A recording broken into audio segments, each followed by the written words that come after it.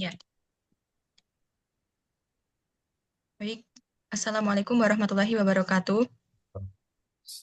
Waalaikumsalam warahmatullahi wabarakatuh.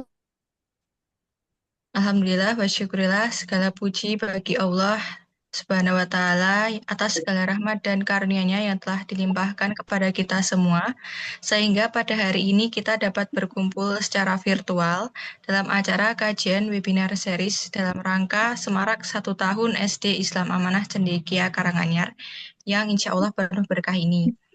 Sholawat serta salam semoga tercurahkan kepada junjungan kita Nabi Muhammad Shallallahu Alaihi Wasallam, keluarga, sahabat, dan seluruh umatnya hingga akhir zaman.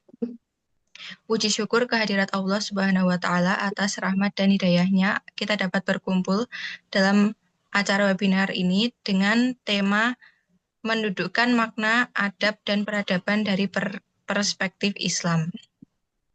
Sebelum acara ini dimulai, perkenankan saya membacakan susunan acara. Yang pertama yaitu pembukaan, yang kedua kajian webinar, yang ketiga diskusi atau sharing, yang keempat doa penutup, yang kelima penutup. Hadirin semua yang dirahmati Allah, marilah kita sama-sama membuka acara webinar ini dengan membaca bacaan basmalah. Bismillahirrahmanirrahim. Bismillahirrahmanirrahim. Baik, hadirin yang dirahmati Allah, webinar ini dirancang sebagai ruang belajar bersama yang membahas pendidikan Islam secara holistik, menggali nilai adab, memperkuat sinergi antara guru, orang tua, dan murid, serta membangun visi yang kokoh untuk masa depan. Setiap sesi akan memadukan wawasan praktis, refleksi spiritual, dan inspirasi yang relevan dengan tantangan pendidikan hari ini. Mari bersiap, 1 tahun SD Islam Amanah Cendekia bukan sekedar perayaan, tapi tonggak untuk menapaki langkah yang lebih bermakna.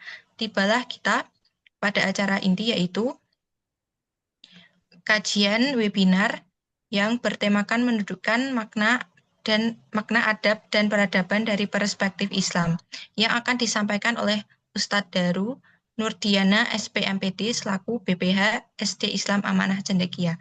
Kepada Ustadz Daru kami persilakan untuk menyampaikan materinya. Oke, Baik, terima kasih Ustazah Vicky yang telah membuka acara. Bismillahirrahmanirrahim. Assalamualaikum warahmatullahi wabarakatuh. Waalaikumsalam. Warahmatullahi wabarakatuh. Alhamdulillahirabbil alamin. Wassalatu wassalamu ala Rasulillahi sallallahu alaihi wasallam. Asyhadu an la ilaha illallah wahdahu la syarikalah wa asyhadu anna Muhammadan abduhu wa rasuluh. Allahumma anfa'na bima 'allamtana wa 'allimna ma yanfa'una wa zidna ilma ya 'alim. Rabbi israh li sadri wa yassir li amri wahlul 'uqdatam min lisani yafqahu qawli amma ba'du. Alhamdulillah, puji syukur atas kehadirat Allah Subhanahu wa taala yang telah memberikan segala rahmat dan hidayahnya sehingga pada malam hari ini kita bersama-sama bisa merayakan ya. Bahasanya merayakan ya.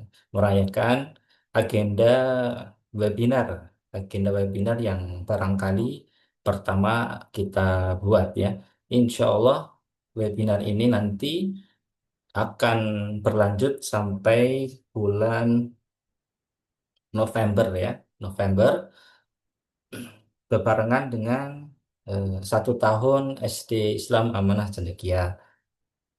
Tentu tadi sudah sedikit disinggung bahwa webinar ini dirancang untuk apa ini namanya merefleksikan terutama SDM ya SDM yang dimiliki SD dan juga eh, masyarakat umum karena kita sebagai lembaga pendidikan Islam memiliki seperti apa ini namanya tanggung jawab moral ya seperti tugas istilahnya tugas dakwah lah ya gitu ya untuk memberikan pencerahan kepada umat mengenai apa itu Islam dan memang fokusnya bagi guru dan juga praktisi pendidikan yang lain memiliki tugas untuk mendidik siswa tapi secara menyeluruh lembaga itu juga akan mendidik masyarakat itu sendiri ya, masyarakat yang ada di sekitarnya dan juga masyarakat Islam secara keseluruhan.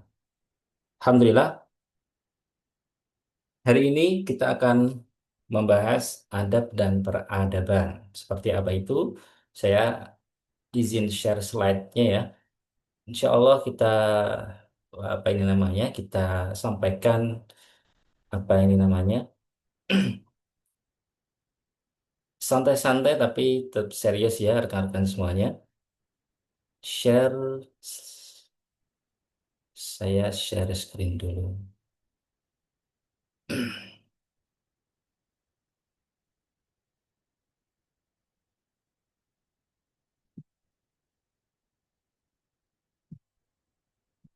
Oke, sudah terlihat ya.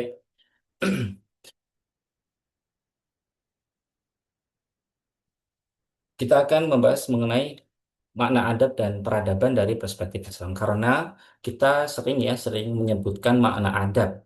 Makna adab di tagline kita, di visi misi, itu juga ada adab dan juga harapan. Harapan dari hasil pendidikan itu atau tujuan pendidikan itu melahirkan generasi yang beradab.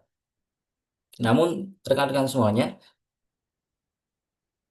apalagi apa ini namanya kepada kita, apalagi seorang guru ya, seorang guru dan pendidik ataupun ustadz, maka kita perlu menjadi seorang guru dan pendidik yang memiliki visi misi yang panjang, memiliki visi misi yang panjang, atau istilah lainnya adalah menumbuhkan jiwa sebagai seorang pendidik, menumbuhkan jiwa sebagai seorang pendidik. Salah satunya adalah orang itu pasti punya apa ini namanya, kalau ditanya kenapa kamu mengajar, itu pasti dia punya tujuan yang kuat gitu. Karena saya ingin apa itu namanya, membantu mencerdaskan bangsa atau apa gitu ya. Nah, itu ungkapan-ungkapan yang diharapkan para guru dan ustadz itu ungkapan yang tidak hanya sekedar ungkapan saja, tapi juga sesuatu yang memang menjadi mendarah daging atau menjiwai gitu ya. Karena ada sebuah istilah bahwa pendidikan itu yang penting adalah kurikulum dan metodenya, tapi ada yang lebih penting lagi, yakni jiwa seorang guru tersebut. Nah, untuk menuju itu dan untuk mencapai visi dan misi dari sebuah lembaga pendidikan, kita perlu bisa menjelaskan dan menggambarkan apa sih, misalnya kita ingin menuju adab. Adab itu apa gitu ya. Nah, di dalam sesi malam hari ini kita sedikit akan membahas maknanya, makna adab dari perspektif Islam dan juga peradaban. Kita juga sering ya menjargonkan untuk peradaban, menyebutkan kata peradaban itu ya.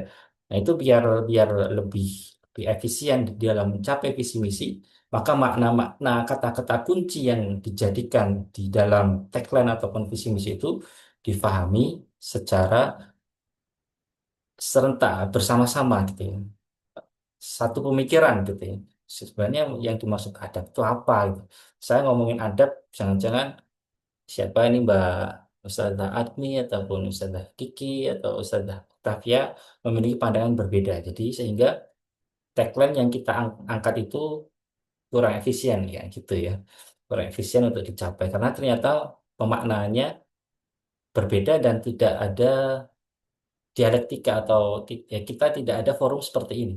Eh, Meskipun ada perbedaan, tapi kalau kita membudayakan ilmu istilahnya ya, kita berbicara, berbincang secara ilmiah itu insya Allah tetap akan membentuk sebuah budaya yang positif dan insya Allah visi misi itu juga bisa tercapai.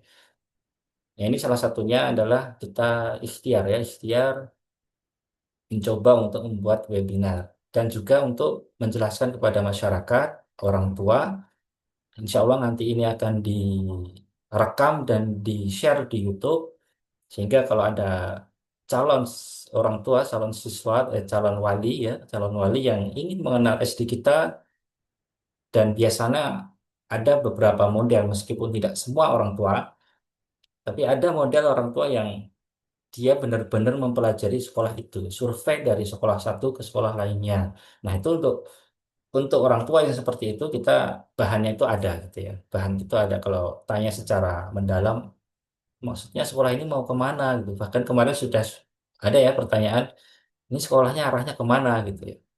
Adab di sini maksudnya gimana gitu. Itu sudah ada ya. Nah, kita nanti kalau ada orang tua yang seperti itu bisa ini kita ada bahannya kalau ingin mendengarkan di YouTube ada gitu ya. Maksud praktisnya seperti itu. Oke, langsung saja. Harapannya semoga tidak lama nanti kita sharing ya.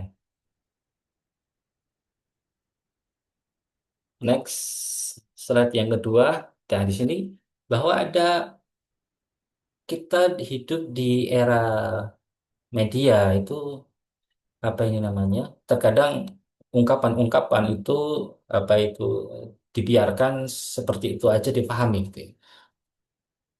Mungkin beberapa makna itu kalau dia berubah itu tidak masalah ya. Tapi kalau di dalam makna-makna kunci yang menjadi uh, apa itu kata yang kita pilih untuk ya kita ini visi misi ataupun juga tagline gitu itu harus dijelaskan dengan ilmiah. Nah, anggapan umum bahwa kata adat itu mungkin orang menganggapnya adab itu adalah eh, apa kira-kira teman-teman mengartikan adab sikap yang baik atau sopan santun gitu ya. Nah, di sisi lain kita harus tahu bahwa secara ilmiah kajian di Islamic Studies ataupun kajian Quran, hadis gitu ya. Tapi mostly memang ada di studi studi Islam ya dan Islamic Education pendidikan Islam itu makna adat diperbincangkan sangat panjang sekali. Bahkan ada tesis disertasi yang membahas konsep adat dari salah satu beberapa tokoh pendidikan Islam yang menggagas konsep adab sebagai pendekatan untuk membangun sebuah sistem pendidikan Islam. Nah, kita harus tahu bahwa setiap kata itu memiliki arti dan setiap arti memiliki makna, setiap makna memiliki konsep dan setiap konsep memiliki pandangan dunia atau worldview atau bahasa Jermannya Weltanschauung ya, atau paradigma atau perspektif. Jadi setiap kata itu ternyata memiliki pengaruh ya. Ada istilahnya perspektif tadi. Maka di judul itu saya tambahin perspektif Islam. Maksudnya bagaimana Islam memaknai kata adab itu ya. Adab dan di sini nanti juga disinggung tentang peradaban.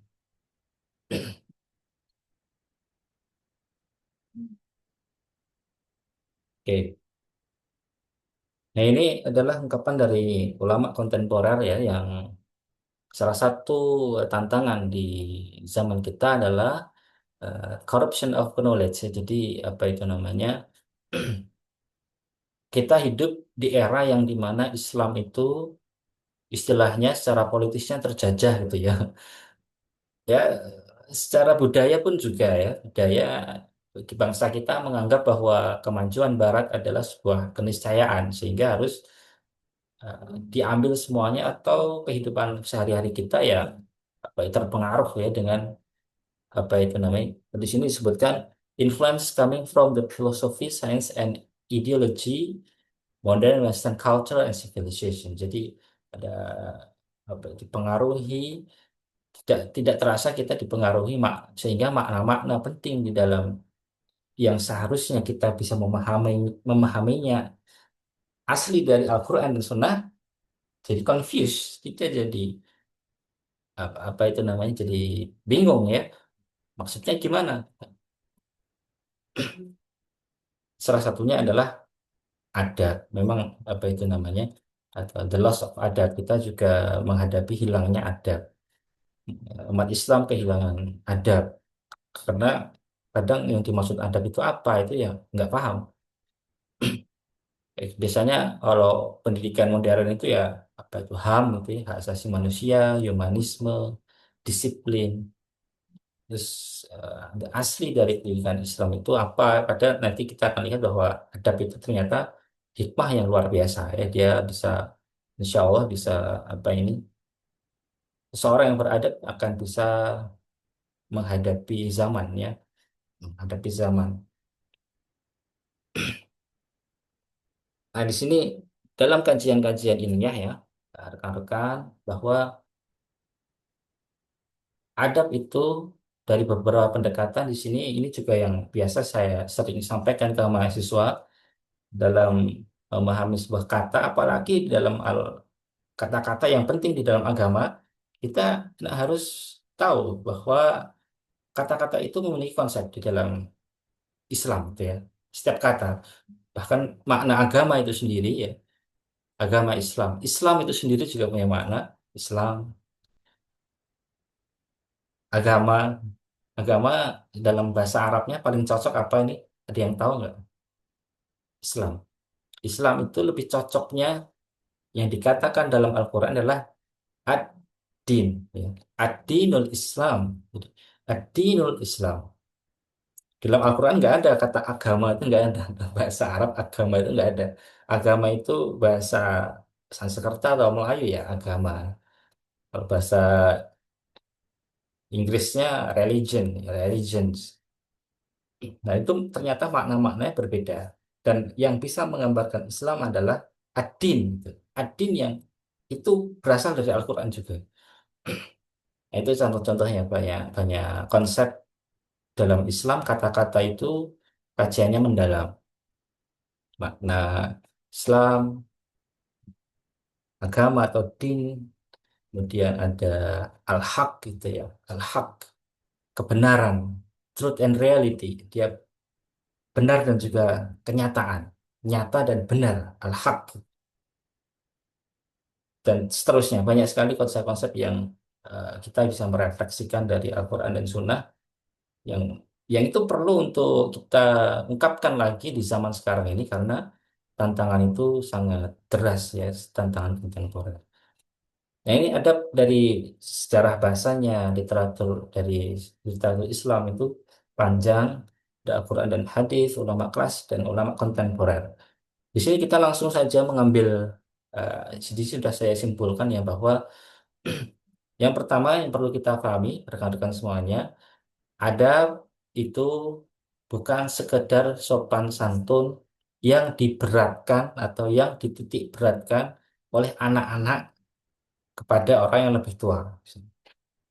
Adab itu tidak hanya di situ, tapi semua unsur, semua komponen. Kalau kita berbicara unsur di dalam sekolah, nggak hanya untuk murid saja, tapi juga untuk guru, untuk pengelola, untuk masyarakat sekitarnya, untuk orang tua itu harus beradab. Jadi, adab itu adalah sebuah amal atau tindakan sadar yang disiplin secara jiwa, soul, body, raga, dan juga mind, pikiran, dan ikhlas dilakukan karena orang itu memiliki ilmu atau pengenalan dan pengakuan al-ilm atas tempat dan derajat dari sesuatu sesuai pada tempat dan derajat yang semestinya. Mengetahui berkaitan dengan hikmah dan hasil dari penempatan sesuai pada tempat yang semestinya tersebut adalah keadilan. Aktualisasi sikap itu akan membuahkan sikap-sikap terbaik manusia pada cara ataupun respon pada suatu masalah. Jadi dia bagaimana menempatkan segala sesuatu sesuai pada tempat yang seharusnya. Para ulama menulis kitab misalnya At-Tibyan itu ya, adab para penghafal Al-Quran. Isinya apa? Isinya bagaimana seorang penghafal Al-Quran itu menempatkan posisinya sebagai penghafal Al-Quran. Yang seharusnya gimana gitu. Adab penghafal Al-Quran. Seorang yang menghafal Al-Quran punya adabnya. Seorang guru, ta'lim, muta'alim gitu ya, adab guru dan juga adab murid. Semuanya harus memposisikan diri sesuai pada tempatnya. Iya, sebentar. Ada yang mau join?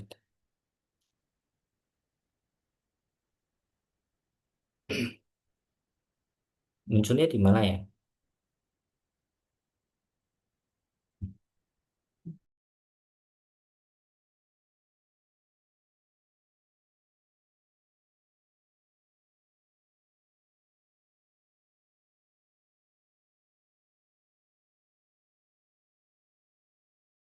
Sebentar ya rekan-rekan semuanya.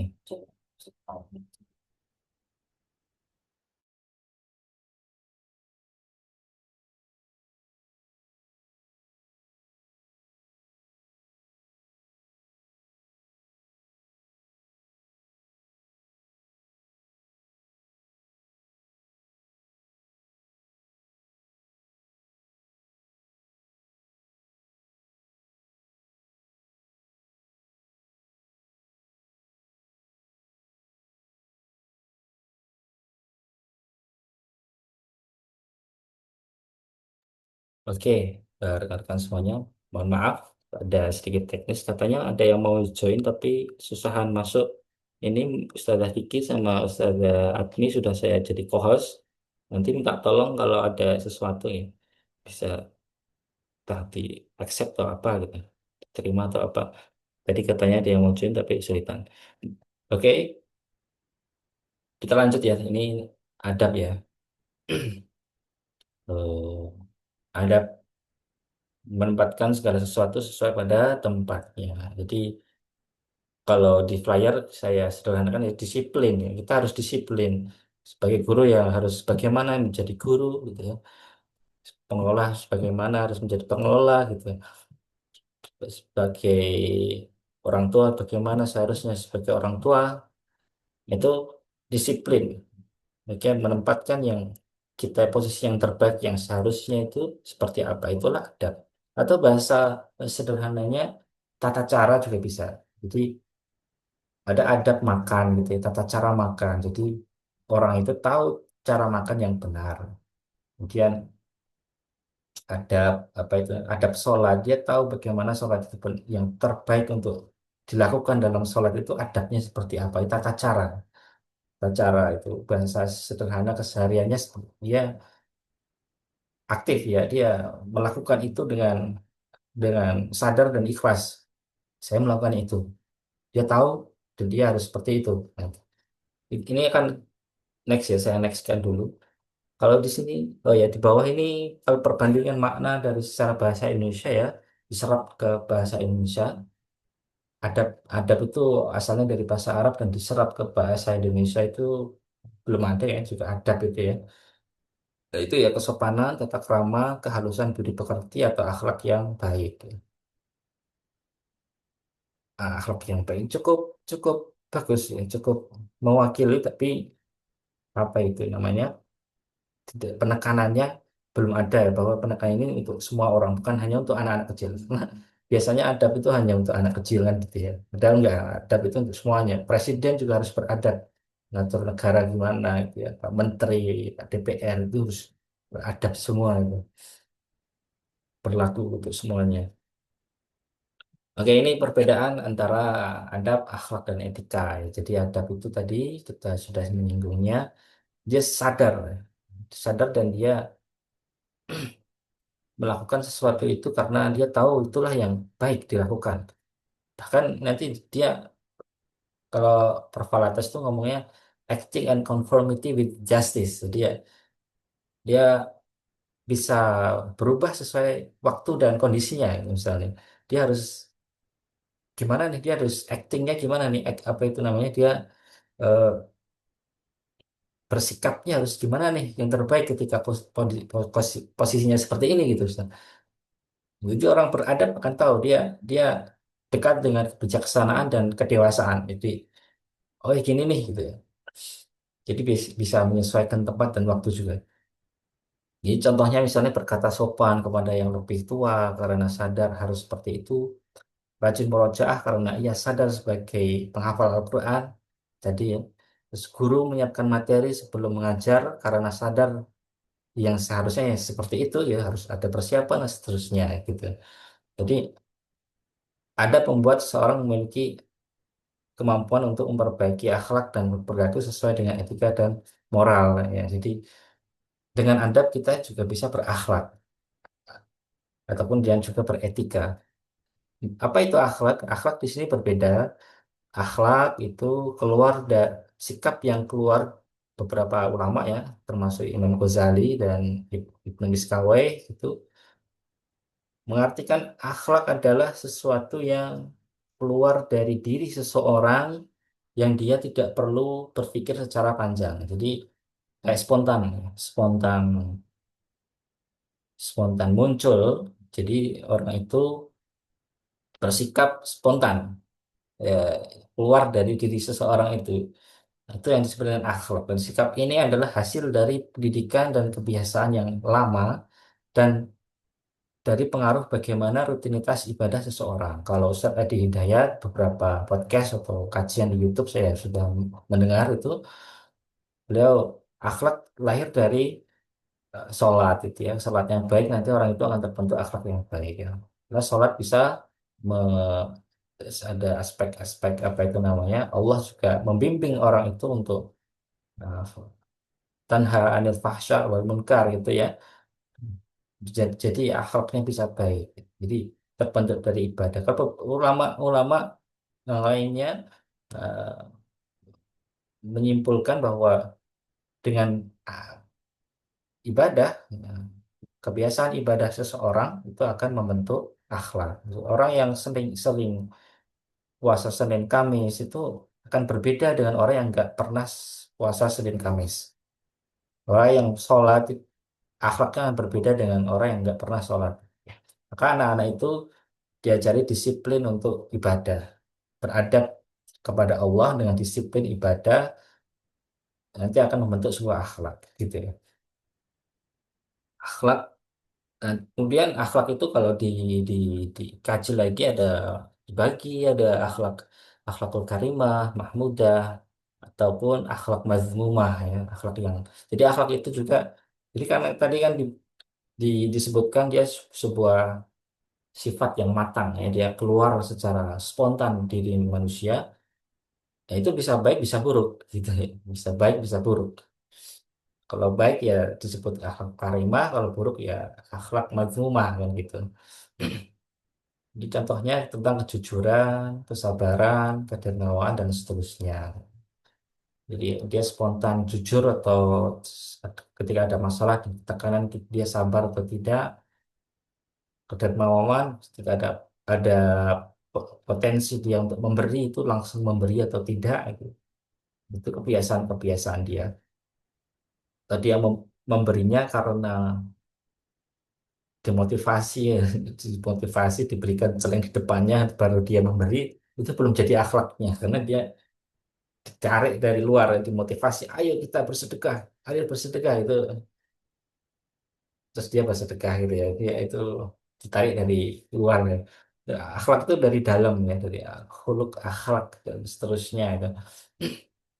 Ini gambaran secara umumnya. Mungkin barangkali rekan-rekan yang juga mendalami tentang ini, teorinya banyak ya, teorinya akhlak, pendidikan akhlak ini luar biasa, banyak sekali juga. Tapi perbedaan dengan adab tuh, orang orang bisa berperilaku baik ketika dia belajar ya, dia bijak ya, dia tahu hikmah, dia oh ini nih, ini waktunya kita memberi nih misalnya, karena dia orangnya beradab kayak seperti ini, wah ada misalnya kita disuruh untuk infak atau apa gitu ya, kita infak gitu ya, karena dia beradab, dia tahu. Jadi orang yang beradab bisa memperbaiki akhlak, dia berperilaku baik gitu ya. Karena dia tahu dan harusnya seperti itu baiknya, dia bisa mengontrol dirinya, dia bisa ikhlas untuk melakukan itu, sehingga dia berperilaku baik atau berakhlakul karimah.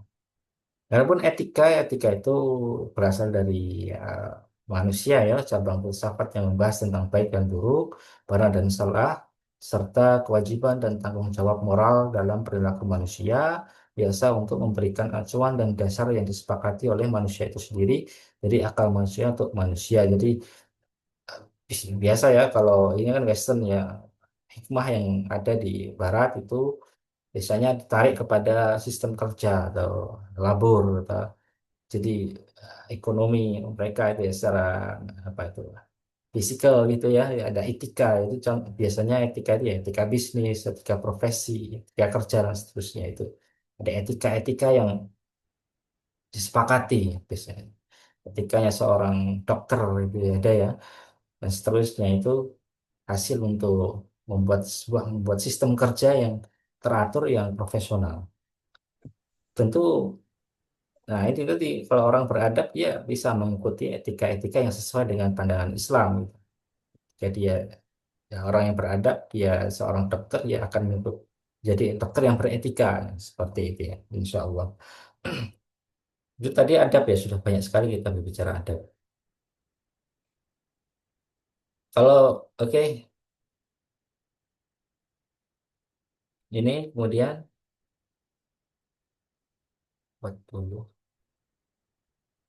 masih ada waktu ya. Yap. Kita bahas mengenai tadi adab, kita beralih kepada peradaban. Sekilas memang kata ini mirip ya. Kalau kita merujuk ke latar letaknya dari bahasa Indonesia, adab dan peradaban. Jadi makna adab itu ada di dalam peradaban. Di dalam bahasa Indonesia kan seperti itu ya kalau kita perhatikan. Ini tidak sepenuhnya keliru juga, tapi kan kita perlu me- menjelaskannya kan, menjelaskannya. Memang benar adab tadi ya dari yang kalau dalam kajiannya itu banyak sekali yang membangun nilai ya, nilai-nilai ajaran Islam di dalam adab itu. Dan karena adab di dalam perspektif Islam, intinya adalah dari ajaran Islam itu sendiri. Ya, jadi memang benar adab adalah inti dari peradaban, itu juga bisa dikatakan seperti itu.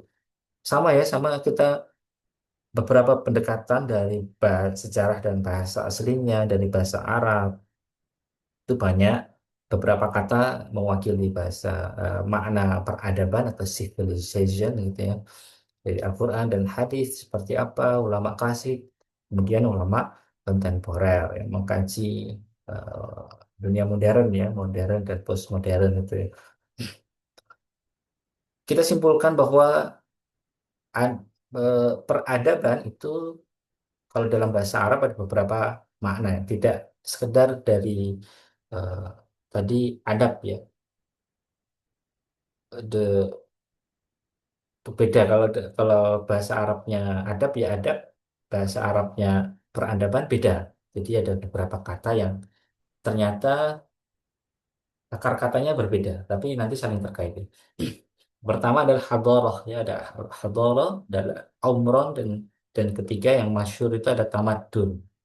Nah, peneliti setidaknya ada tiga makna itu yang sering dipakai.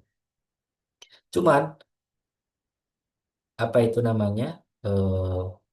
Di sini kalau kita membahas bahwa din Islam, agama Islam sebagai pusat peradaban itu biasanya di tamadun. Jadi tamadun berasal dari kata din, dan tempat di mana din itu diterapkan disebut Madinah atau Madaniyah, atau pernah mungkin ada yang pernah mendengar ya konsep Madaniyah juga itu sebagai peradaban. Akar katanya dari din ya, dinul Islam, dari agama Islam itu. Jadi kita simpulkan sebuah peradaban adalah sebuah kebudayaan yang berawal dan berpegang teguh dari din Islam yang hidup di sejarah manusia secara turun-menurun dan bisa diwariskan. Yang di sini tawarkan semuanya, webinar ini juga salah satu upaya ya, upaya kita meneruskan nilai-nilai dan ajaran kepada kepada yang nantinya kita guru-guru kita, nanti kita tidak akan berdua saja insya Allah yang Ustazah Admin, Ustazah Uktafi yang gurunya menghandle semuanya. Insya Allah nanti akan tambah guru-guru yang lain yang kita mewariskan sesuatu, kita bisa mewariskan sesuatu, itulah peradaban gitu. Gak perlu muluk-muluk kita bisa membangun kota yang besar atau membangun candi di Waduk Delingan itu gak bisa ya. Membangun apalah yang secara fisikal itu ya. Oh, ya, apa itu? Pikiran kita tentang peradaban itu besar itu ya. Jadi ciri nilai-nilai peradaban itu suatu kelompok manusia yang punya budaya, dan budaya itu bisa diwariskan gitu. Nanti insya Allah membentuk sebuah peradaban gitu, diwariskan. Entah mungkin nanti ada yang menulis buku, atau nanti kita coba webinar ini berjalan lancar atau tidak, Kalau berjalan lancar, materinya oke, nanti kita bisa rangkum slide-slide yang dibuat ini, terus ditulis dengan bahasa yang sederhana, diterbitkan jadi buku. Dan buku itu bisa dibaca oleh teman-teman kita ya, rekan-rekan kita. Nanti kalau bisa ya suka membaca ya. Salah satu budaya ilmu dalam Islam suka belajar, suka ngaji, suka membaca. Itu kita juga berupaya untuk menumbuhkan budaya ilmu itu ya. Dimulai dari webinar ini, karena insya Allah ilmu yang hakiki di dalam Islam itu membawa kemudahan dan kebahagiaan di dunia maupun di akhirat. Semoga bisa menikmati ya, menikmati kajian-kajian atau agenda-agenda seperti ini karena memang syariatnya syariatnya peradaban Islam itu seperti itu ya. Syariat bahasanya itu gimana ya? Budaya ilmu ya, budaya ilmu istilahnya itu ada presentasi atau ada diskusi, terus ada membaca, kemudian ada menulis, tiga unsur. Kalau kita ingin membangun budaya ilmu, tiga ini harus ada. Kita harus ada diskusi seperti ini, pemaparan dan diskusi, kemudian ada sesi membaca, kita suka membaca, dan ketiga adalah menulis. Menulis. Nah, itu ya, ada tiga unsur itu untuk membentuk sebuah lingkungan yang Islami dan ciri khas Islam itu mencintai ilmu dan bisa dicapai dengan pendekatannya itu ya, ya, diskusi atau kajian, membaca kitab, membaca buku, kemudian menulis. Karena di sini guru-guru ya kalau bisa ya juga bisa menulis karena dalam menulis itu yang dilatih itu adalah logika ya apa struktur berpikir yang apa ini yang apa lebih runut ya lebih rapi. Orang yang bisa nulis biasanya pemikirannya lebih rapi.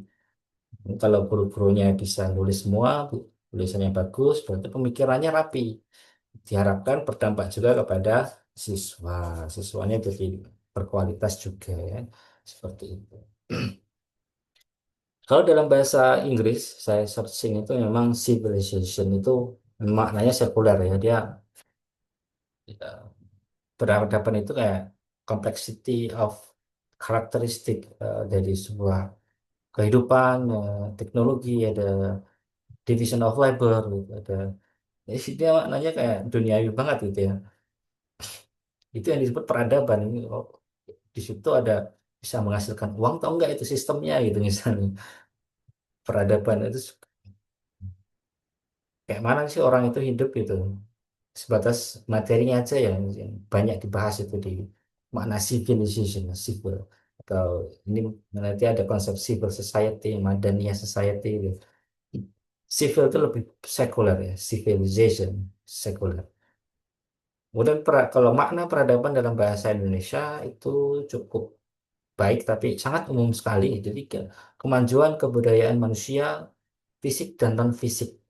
Fisik dan non fisik itu cukup mewakili pandangan Islam yang menganggap bahwa kehidupan ini tidak hanya dunia tapi juga akhirat.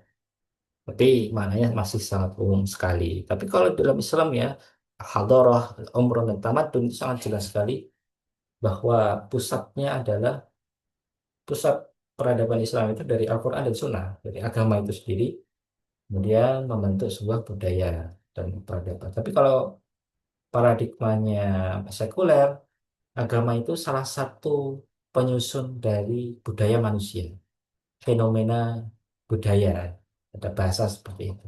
Kalau agama itu dihilangkan, civilization, peradaban masih bisa berdiri, gitu. Ini salah satu unsur saja.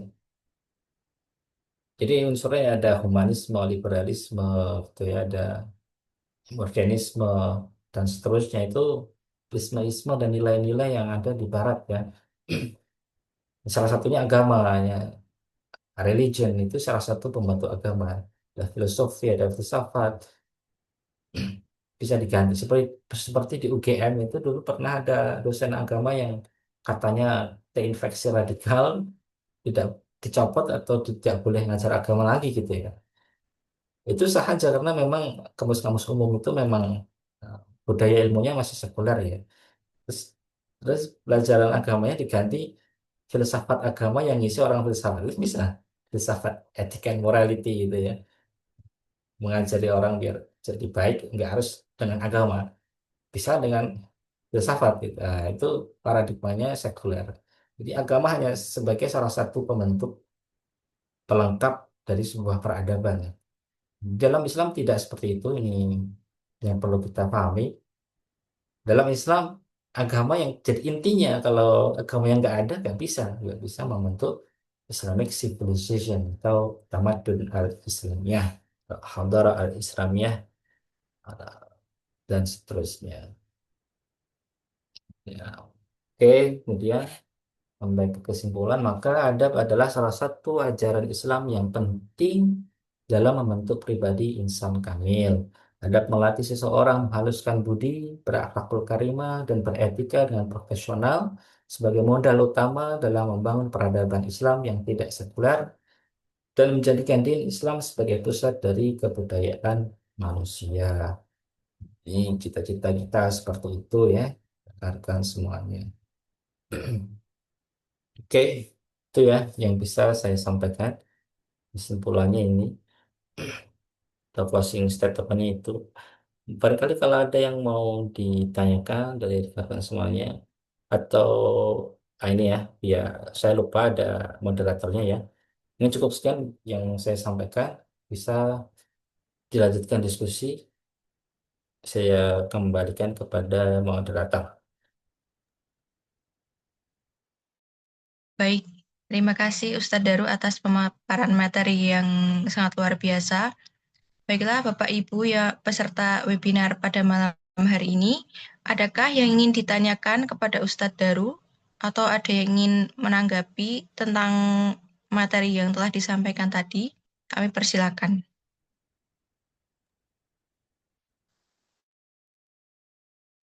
Rizky, izin izin bertanya sekaligus apa mengkonfirmasi gitu.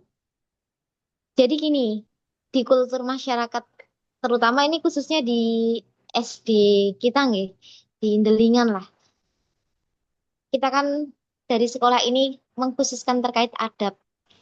Tadi sudah dipaparkan, mungkin dari guru, dari lain sebagainya, karyawan itu memahami betul bagaimana sih mengajarkan adab itu tidak melulu tentang sopan santun dan lain sebagainya. Jujur saya mendapat pencerahan juga gitu. Jadi sebenarnya adab itu bisa kita sampaikan melalui pembiasaan-pembiasaan baik. Nggih, betul Niko. Nah, jadi seperti ini, Ustadz Daru, izin bertanya. Jadi terkait apakah dari SD misalkan atau guru usia remaja, anak kecil balita, porsi adabnya itu ada poin-poin kurikulumnya gitu. Atau mungkin tahapannya, ngoten. Gambaran umum seperti apa sih gitu. Saya rasa terkait di usia balita pun secara tidak langsung sudah dikenalkan terkait adab tersebut. Begitu. Baik, terima kasih pertanyaannya dari Ustazah Atmi.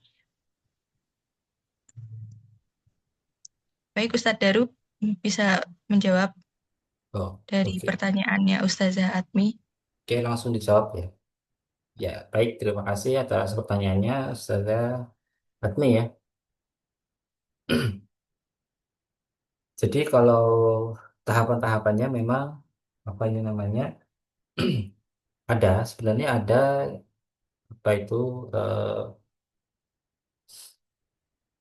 penekanan dari jenjang pendidikan itu ada itu insya Allah memang sedang kami kaji ya kami kaji dalam artian dipastikan lagi batas-batasannya itu ya. Jadi secara umum memang ada dan kita bisa menggalinya dari sistem pendidikan yang baik ya dari berbagai teori. Jadi kita memang mengkritik kita mengkritik budaya Barat dan banyak mempengaruhi pemikiran kita yang apa itu namanya confused yang membuat kita confused terhadap konsep ajaran Islam itu sendiri. Tapi secara ilmiah kita terbuka ya, kita belajar beberapa teori pendidikan, praktisi pendidikan, beberapa lembaga yang eh, mumpuni, dia memiliki lembaga yang istilahnya berwibawa lah ya, dia punya sistem dan dia gagasan yang baik dan hasilnya juga baik. Itu kita bisa lihat untuk usia SD itu seperti apa gitu ya. SMP itu ada penambahan ilmu apa gitu ya. Tapi kalau kita mulai dulu dari SD ya, karena kita SD itu kemarin kita konsultasi ke Prof. Hamid itu menekankan kepada amal ya. Jadi beliau beliau memaparkannya melalui teori ilmu, iman, dan amal. Islam itu kan terdiri dari ilmu, iman, dan amal. Untuk anak SD memang beliau juga, wah SD ini rumit ya. Sekelas profesor ya, beliau rektor juga, anak dari pendiri Pondok Pesantren Darussalam Gontor yang besar gitu. Beliau anak kiai pendiri Gontor, pasti hidupnya sudah dari lahir ya dididik atau dan apa itu namanya di lingkungan para pejuang pendidikan Islam. Dan beberapa keluarga beliau dari Gontor juga ada punya SD itu ya. Beliau pas kita konsultasi itu, ah ini SD itu memang rumit ya, rumit juga ya SD ini. Ya, beliau cuma menekankan di amal kalau SD ya, menekankan amal. Itu kebetulan yang paling paling sedang apa itu namanya yang kita lalui itu ya SD dan perguruan tinggi ya. Saya ngajar di kampus juga dan beliau Prof. Hamid juga fokus di perguruan tinggi. Kalau di perguruan tinggi, range-nya sampai ke konsep ilmu ya. Dia adab terhadap ilmu pengetahuan. Nah, kalau udah dewasa SMA, ilmunya mulai diberikan banyak ya. SMP bertahap nanti amal Islam, apa itu ilmu, iman, dan amal gitu. Bertahap nanti kalau sudah dewasa kan semuanya dapat dan misalnya di dalam untuk orang dewasa itu ilmu, konsep ilmu dia harus tahu eh, secara mendalam ilmu dalam Islam itu seperti apa. Ini ada Islamic worldview, ada berkaitan konseptual, dia beradab terhadap sains dan teknologi gitu ya. Itu kalau dia sudah dewasa kan seperti itu, dia tekankan seperti itu sesuai dengan apa itu apa yang dihadapinya. Jadi adab itu juga membawa kita kepada alam yang dihadapi, alam pikiran ataupun wahana ya. SD itu yang dihadapi apa? Kemudian kita arahkan yang terbaik itu seperti apa. SMP yang dihadapi apa atau mulai pubertas atau apa gitu ya. Nah, itu secara secara khusus dan mendalam saya belum sampai ke situ ya untuk usia SMP itu seperti apa. SMA sedang insya Allah sedang saya mulai juga, tapi beberapa pendapat SMA dianggap sudah dewasa. Jadi dia sudah ada dan apa itu berdasarkan para pendiri bangsa pun juga tokoh-tokoh dalam Islam juga ada yang wah, muda itu sudah bisa memimpin perang itu ya, ada kisah-kisah seperti itu. Ada yang masih muda tapi brilian. Ya, usia-usia SMA dianggap dewasa sehingga kalau Ustadz Adi yang ini di Bogor itu belum punya lembaga itu, SMA itu sudah dilatih untuk buat jurnal SMA. Di Trend Science di Pak Agus Perwanto juga menarik ya, punya kurikulum yang bagus ya, mengenai mengintegrasikan dengan sains itu. Udah diajak berpikir secara serius, SMA itu bisa. Ya, jadi nanti adab itu disesuaikan dengan apa yang dihadapinya. Kalau sudah sampai ke hal yang rumit, maka dia juga harus diajarkan sesuatu yang rumit sehingga dia bisa memposisikan diri sesuai pada tempat yang semestinya tadi. Untuk SD, untuk anak kecil, ada alam mungkin guru-guru ya di sini yang guru yang posisinya guru mungkin lebih paham alamnya anak SD itu seperti apa, diarahkan yang terbaik seperti apa. Kayak seperti saya pernah mendengar Mbak Ustadz Adni bilang kalau anak SD itu alamnya bermain, maka masih harus ada permainan-permainan dan sebagainya itu. Ya itu bagus sih, salah satu mengadapkan diri kita terhadap anak-anak itu, karena anak-anak itu juga masih perlu bermain, maka diberi ruang untuk bermain. Gitu, Ustaz. Kalau udah kalau sudah SMP, apa yang dia hadapi itu apa yang kita arahkan, atau SMP itu mungkin kalau pengalaman-pengalaman kita mulai tertarik lawan jenis mungkin ya SMP. Jadi jadi arahkan adabnya terhadap lawan jenis itu lebih ditekankan, atau itu bahkan kelas 5 6 bagaimana adab lawan jenis gitu ya. Bagaimana kita bersikap dengan lawan jenis. Ya itu bisa kita lihat juga kondisi anak-anak kita, gitu, kondisi lingkungan dan anak-anak, karena dia berkaitan dengan hikmah juga, bagaimana kebijaksanaan kita Tuh. melihat situasi itu juga mempengaruhi pengajaran adab nanti yang kita bawa, seperti itu. Mungkin kalau ada feedback lagi, Mbak Ustaz Admi.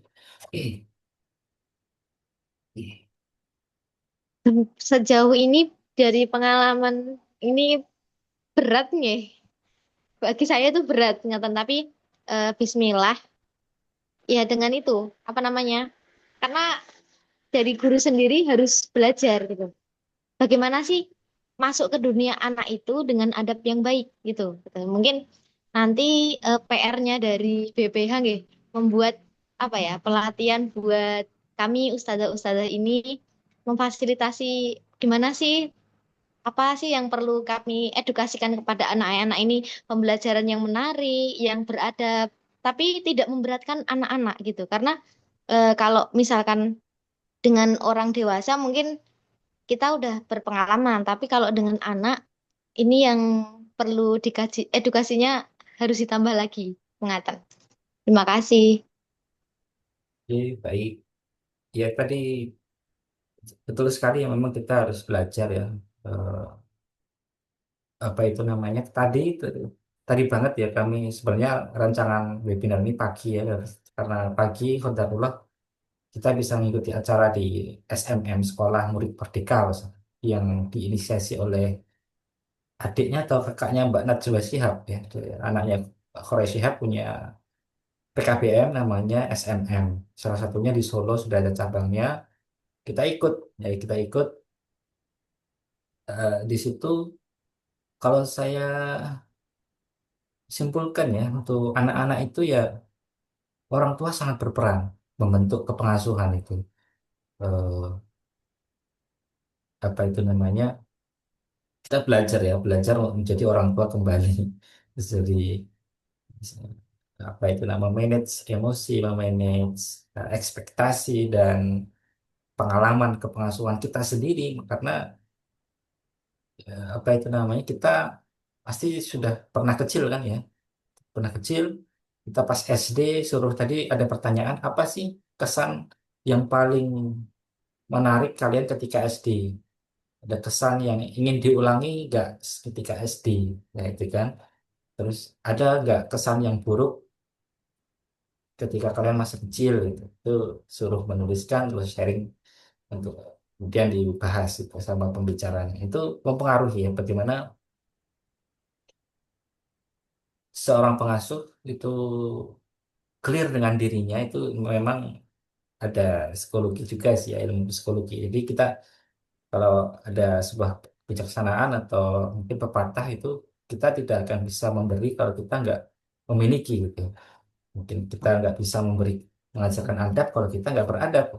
Kita nggak bisa mengajak orang bahagia kalau kita nggak bahagia.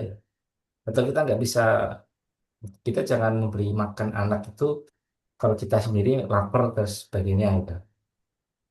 Nah itu mungkin itu juga menjadi eh, memang ya tantangan kita di dunia pendidikan, memang harus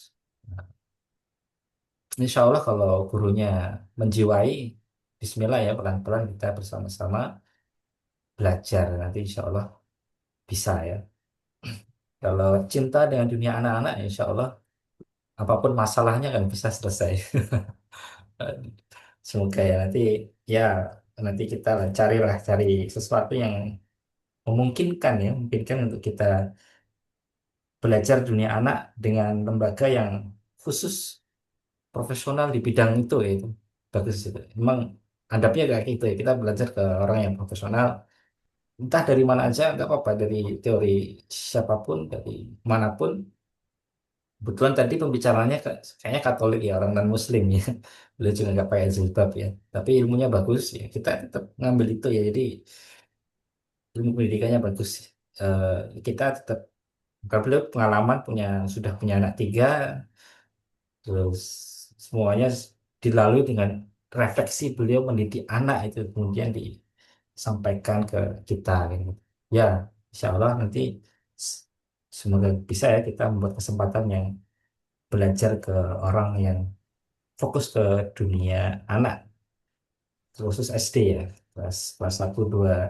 Kalau dari guru sebenarnya SD itu kan 6 tahun ya, itu peralihnya itu kelas berapa itu Mbak? Oh, Ustazah. Gimana, Sat? Keberalihan dari sifat anak-anak ke agak-agak pubertas itu ya kan, SD itu 6 tahun ya. Gimana itu?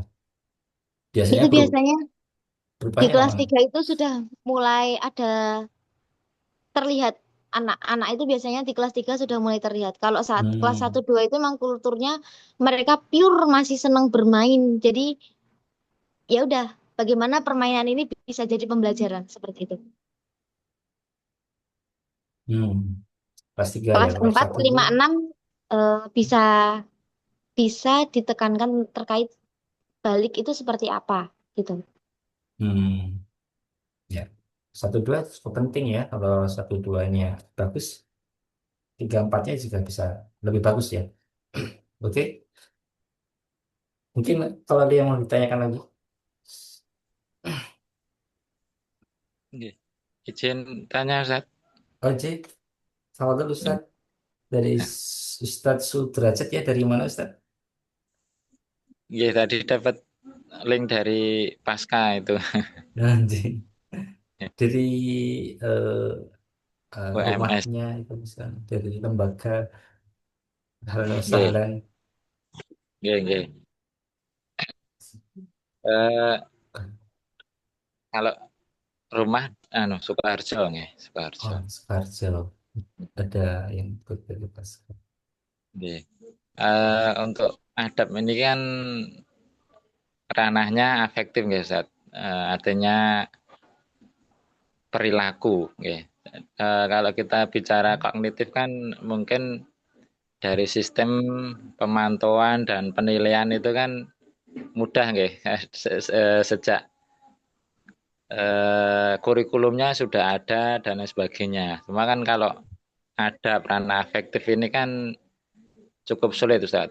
Jadi mungkin yang di lapangan menerapkan pendidikan adab di SD, SMP dan seterusnya itu kan kebanyakan eh, eh, cukup sulit nggih, karena tidak ada kurikulumnya. Kemudian pemerintah juga tidak ada regulasi asesmennya bagaimana. Barangkali bisa disaringkan Ustaz, mungkin ada pengalaman atau apa terkait mungkin eh, penanamannya bagaimana kalau mungkin di SD Islam Amanah ini apakah masuk di intrakurikulernya atau mungkin di pembiasaan pagi atau bagaimana, kemudian eh, pemantauan atau asesmennya Ustaz kan, apakah ini sudah tercapai atau belum, itu kan kita menilainya kan cukup sulit juga. Kalau matematika kan mudah nggih, misalkan 10 kurangi 2 kan oh hasilnya ini jelas nggih. Jadi asesmennya penilaian mudah, tapi untuk adab ini kan ini sudah berhasil atau belum, nah, indikator-indikatornya kan juga mungkin cukup sulit. Barangkali bisa disaringkan Ustaz, mungkin pengalaman atau di situ bagaimana mungkin bisa sharing ngaten Ustaz. Enggak, jazakumullah khair. Ya, Jazakumullah Ustaz Sudrajat sudah bertanya. Betul sekali ini, sepertinya Ustaz Sudrajat ini guru juga ya. Paham betul sama asesmen sekolah ya. Jadi rekan-rekan semuanya, ini PR nanti ya. Ayo bisa assessment mengenai adab, apa itu namanya. Jadi asesmen itu kita mengukur ya anak ini itu dengan kurikulum yang kita berikan itu sudah tercapai atau belum. Oke, untuk SD kemarin kita mencoba membuat pendekatan sih Ustadz. Jadi ini juga baru gagasan kami eh, di apa itu namanya kita sebut aktualisasi 7 disiplin, tujuh disiplin yang kita pilih, yang kita anggap ini mewakili anak-anak ya, SD untuk kita disiplin beramal tadi ya. Yang pertama, jadi adab itu kita refleksikan terhadap disiplin, pelatihan amal-amalan. Yang pertama adalah disiplin kepada Allah dan Rasulnya. Itu kita sebutkan di situ disiplin Allah dan Rasulnya itu adalah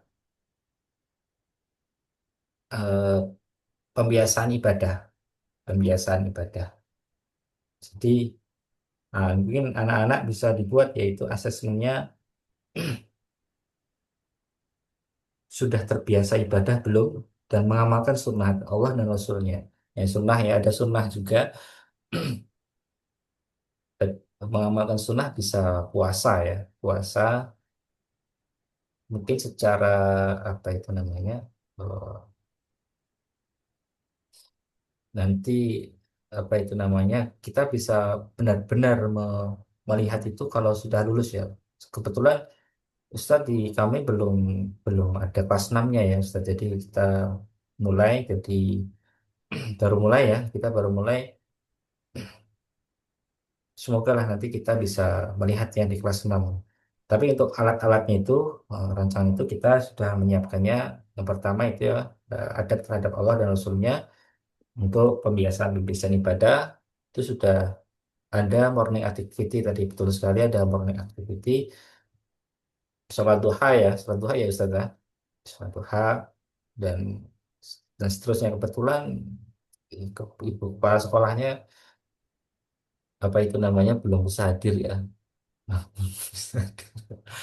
Nah, Ibu kepala sekolahnya mungkin yang lebih jelas detail di lapangannya itu sama Ustazah Agni dan Ustazah Octavia dan Ustazah Rizky yang di lapangan itu di lapangannya apa itu namanya ada aktivitas-aktivitas harian itu ya.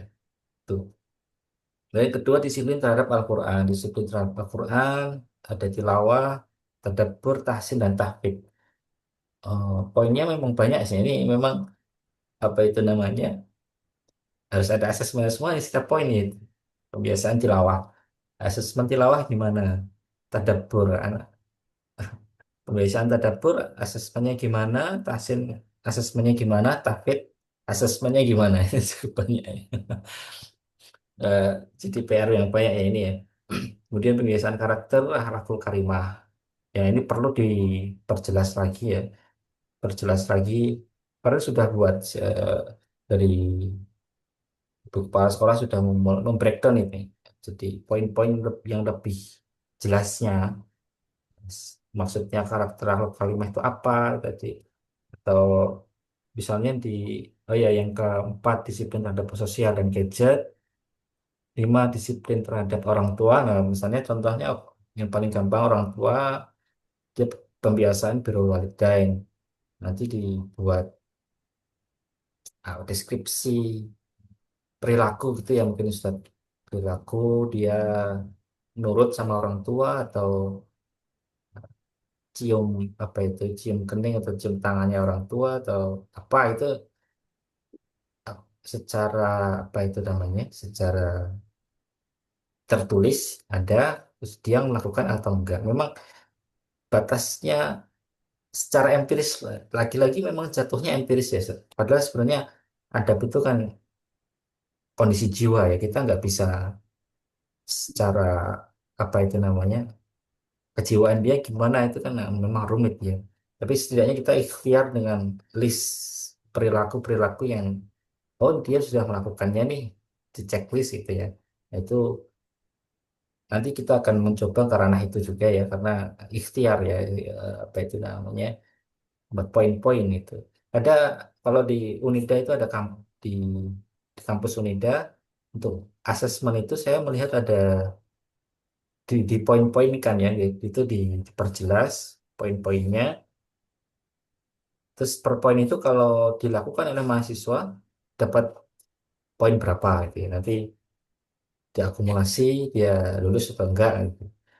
Itu mungkin juga bisa ya. Itu insya Allah kita apa itu salah satu referensi saja ya.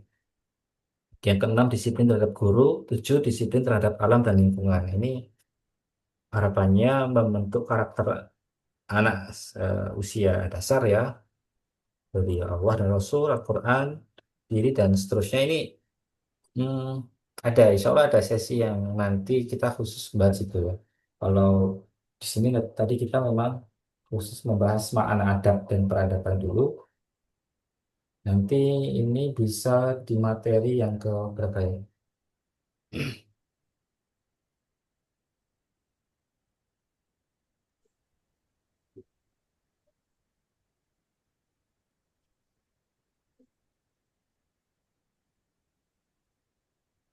Bisa ke materi 6 ya. Dan ya kita masuk ke materi Aims and Objective Islamic Education. Nanti saya jelaskan tujuan Islam. Pendidikan Islam itu apa? Ta'dib itu apa? Ta'dib itu menanamkan adab. Kita punya kita apa itu namanya diskusikan di situ termasuk asesmennya tadi ya. Terima kasih Sudrajat sudah bertanya, ini memang penting ya, sangat penting di dalam membangun sistem pendidikan tersebut di ranah lapangan ya Ustaz. Syukran jazakallah Ustaz. Mungkin sudah ada gambaran jawaban belum Ustaz? Nggih, insya Allah sudah bisa menangkap maksudnya ngaten. Nggih. Terima kasih Ustaz. Nggih, nggih. Di berjuang di mana Ustaz? Di hari salah Ustaz.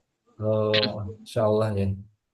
Memang ya, Nggih, pendidikan Islam tuh luar biasa ya Ustaz. Apalagi zaman sekarang Ustaz.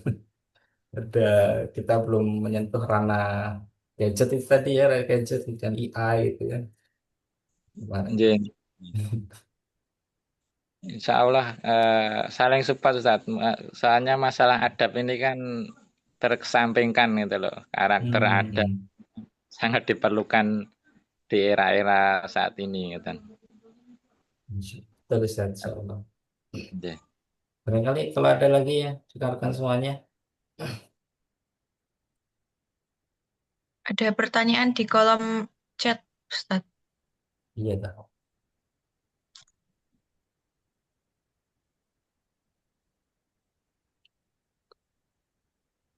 Apa dikirim ke Ustazah Kiki aja ya? Enggak muncul.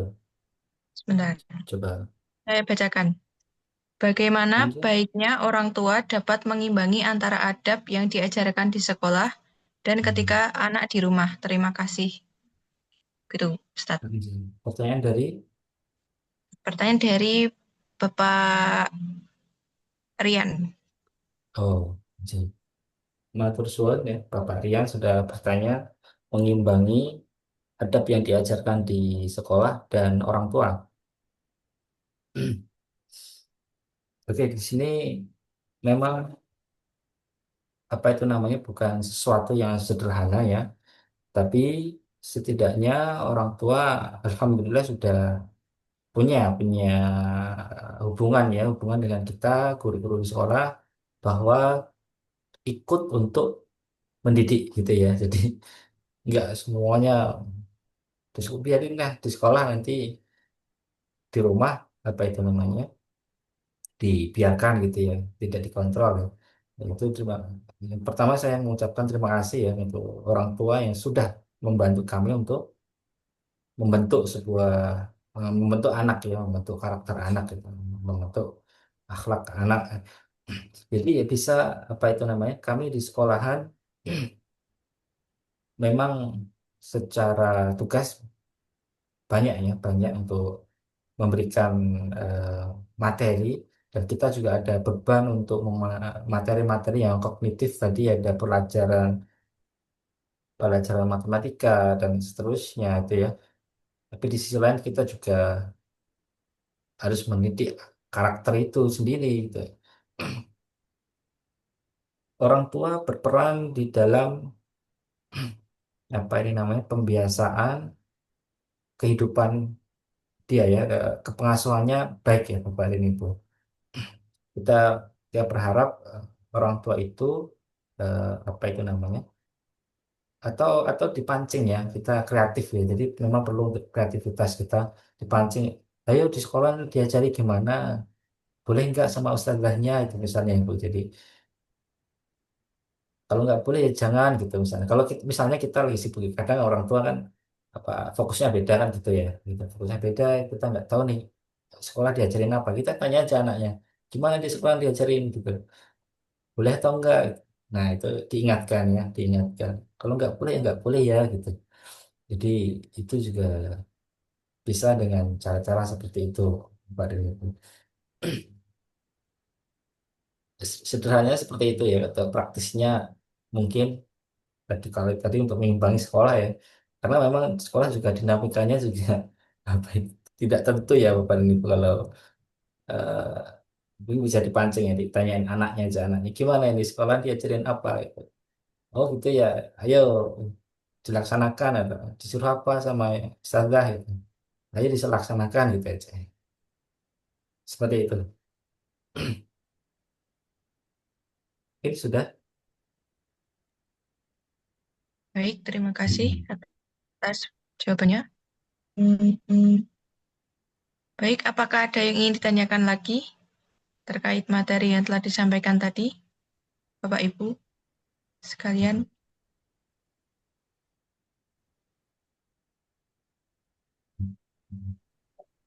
Sudah mau jam 9 ya, ternyata lama sekali ya.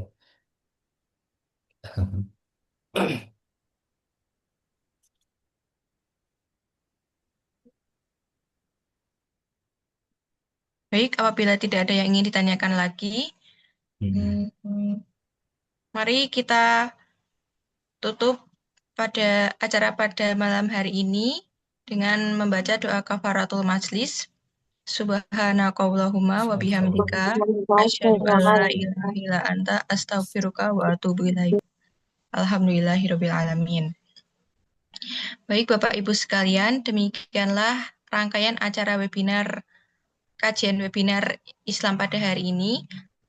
Saya selaku moderator mengucapkan terima kasih atas kehadiran dan partisipasi Bapak Ibu semua. Tak lupa kami ucapkan terima kasih kepada Ustadz Daru atas penyampaian materi yang luar biasa pada malam hari ini. Nantikan kajian webinar seri selanjutnya yang akan dilaksanakan pada hari Ahad tanggal 24 Agustus tahun 2025 yang akan disampaikan oleh Ustazah Michelia Ningrum selaku Kepala Sekolah SD Islam Amanah Cendekia yang bertema Pendidikan dan Pengajaran. Demikian yang dapat saya sampaikan, kurang lebihnya kami mohon maaf. Semoga apa yang telah kita dapatkan hari ini dapat bermanfaat bagi kita semua. Cukup sekian dari saya sebagai moderator. Wassalamualaikum warahmatullahi wabarakatuh. Waalaikumsalam warahmatullahi wabarakatuh.